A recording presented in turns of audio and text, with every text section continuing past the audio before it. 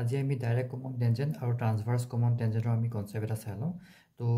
first of all মই দুটা circle আঁকিছো আৰু দুটা সাৰ্কেল অঁকাৰ পিছত মই দুডাল টেনজেন্ট আঁকিছো এডাল টেনজেন্ট এডাল আৰু এডাল টেনজেন্ট এডাল যোনডাল টেনজেন্ট এডাল তাক আমি ডাইৰেক্ট কমন টেনজেন্ট বুলি কওঁ ডিসিটি আৰু যোনডাল ট্ৰান্সভাৰ্সলি গৈছে তো হেডালক আমি ট্ৰান্সভাৰ্স কমন টেনজেন্ট বুলি আমি কওঁ তো ডাইৰেক্ট কমন টেনজেন্টৰ আমাৰ ফৰ্মুলা কি হ'ব তো ফাৰ্স্ট অফ অল এই ডাঙৰ সাৰ্কেলৰ মই ৰেডিয়াসটো r ধৰি লৈছো আৰু স্মল সাৰ্কেলৰ মই ৰেডিয়াসটো স্মল r ধৰি লৈছো আৰু তাহাঁতৰ মাজৰ সাৰ্কেলৰ মাজৰ চেন্টাৰ গিটাৰ ডিসটেন্সটো মই d বুলি ধৰি লৈছো সো ডাইৰেক্ট কমন টেনজেন্টৰ ফৰ্মুলা কি হয় √d² - r - r whole square আৰু ট্ৰান্সভাৰ্স কমন টেনজেন্টৰ d² - r + r whole square যদি ডাইৰেক্ট কমন টেনজেন্ট হয় ইয়াত মাইনাস থাকিব যদি ট্ৰান্সভাৰ্স কমন টেনজেন্ট হয় ইয়াত প্লাস থাকিব বাকি সব একে হ'ব সো ইয়াত আমি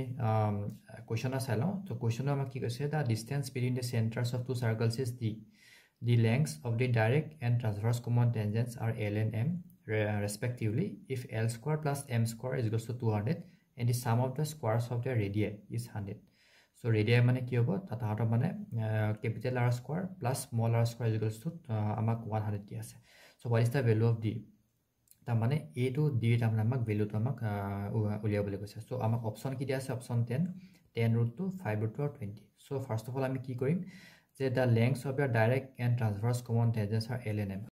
সো আমি এটো কেনেকৈ সলভ কৰিম যে ফাৰ্স্ট আমাক কি দিয়া আছে যে the lengths of the direct and transverse common tangents are L and M so first আমি কি লিখিছো L² + M² is equals to 200 আমাক দিয়া আছে সো আমি জানো যে L তো মানে কি কৈছিলো direct common tangent so direct common tangent আমাৰ ফৰ্মুলা আছে √এইটো মই যদি ইয়াত L² কৈ দিও সো ৰুট আমাৰ আঁতৰি যাবগে সো মই ডাইৰেক্ট লিখি দিছো d² -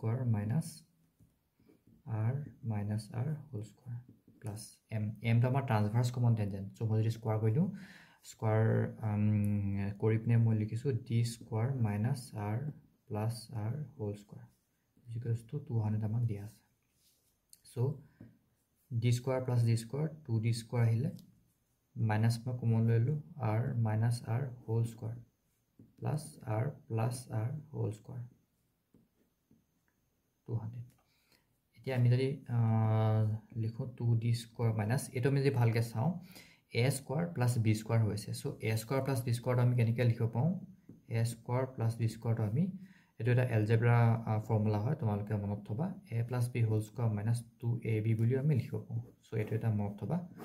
সো ইয়াত আমাৰ a মানে আছে r - r সো ব্ৰেকেট দি পিনি a² + b² মানে a + b কৰিলে আমাৰ কি হ'ব মই ইয়াত লিখি দিছো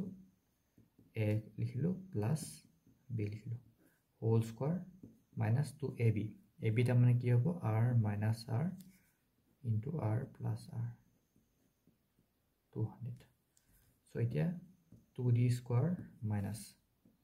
small r to cancel equal 2r whole square minus 2 এটো চাবা a plus b into a minus b ফৰ্মত হৈছে so a² minus b² to 200 so এতিয়া 2d² minus 4r² minus 2r² plus 2 small r² is equals to 200 so next 2d² minus 4r² minus 2r² 2r² plus 2 small r² 200 so এতিয়া আমি ভালকে চাম যে 2 তো যদি মই কমন লৈ লও then ব্ৰেকেট আপডট থাকিব r² capital R² plus small r² so এই দুটা আমাৰ স্কয়াৰ আমাৰ গিভেন দি আছে যে স্কয়াৰস অফ देयर ৰেডিয়াই is 100 so 100 আমি ডাইৰেক্টলি লিখিব পাম 200 so 2 মই কেনসেল কৰি দিছো ইয়াত 100 আহি গৈছে